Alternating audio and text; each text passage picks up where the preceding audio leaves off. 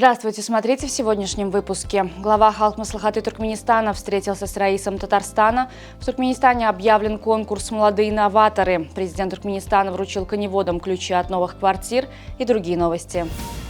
На гостеприимной туркменской земле состоялась встреча председателя Халк Маслихаты Туркменистана Гурбангулы Бердымухамедова с раисом Республики Татарстан Российской Федерации Рустамом Миннихановым, прибывшим для участия в торжествах по случаю национального праздника туркменского скакуна.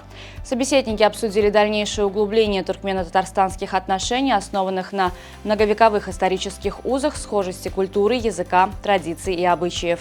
Хакимлик и Государственный комитет по строительству города Аркадак при президенте Туркменистана объявил о начале ремонтных строительных работ на участке между монументами Полатлы и Акхан по Гёктепе-Шайолы, а также по трассе Ашхабад-Гёктепе.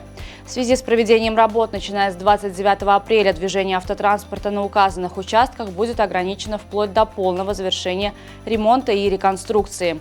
Реконструкция дорог направлена на создание более удобных условий для пассажиров.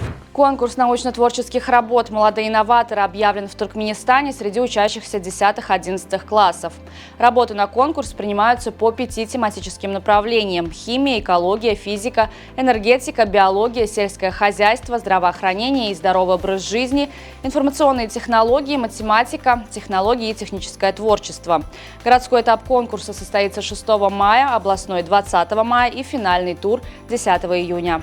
Президент Сердар Бердымухамедов по случаю широко отмечаемого в Туркменистане национального праздника туркменского скакуна лично вручил профессорско-преподавательскому составу Международной академии коневодства имени Аба Анаева, ученым научно-производственного центра коневодства, а также коневодам города Аркадак ключи от новых квартир в современных жилых домах, возведенных в новом городе и рассчитанных на 120 семей.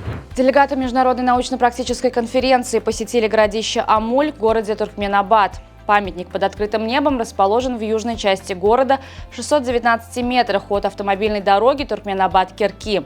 Амуль был одним из крупнейших центров международной торговли. Городище представляло собой обширную квадратную глинобитную крепость, обнесенную широким рвом с водой. Сегодня сохранились остатки крепости, которые представляют собой ценный исторический памятник.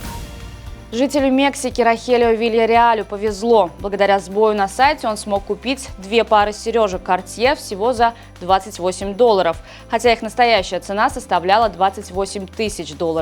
Однако компания Cartier отказалась признавать покупку действительной и аннулировала заказ.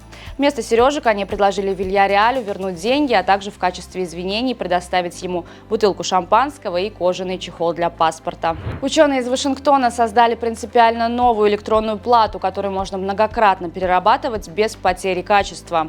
Это открытие станет ключом к решению проблемы электронных отходов, которые ежегодно захламляют планету. 9-летняя Ая Байрамова из Туркменистана завоевала бронзовую медаль на чемпионате мира по шахматам в формате «Блиц». Престижный турнир, проходивший в албанском городе Дурас, собрал 375 юных шахматистов из 43 стран мира. Воспитанница заслуженного тренера Туркменистана Гульджахан Овлякулиевой продемонстрировала блестящую игру, набрав 7,5 очков из 11 возможных в категории девочек до 10 лет.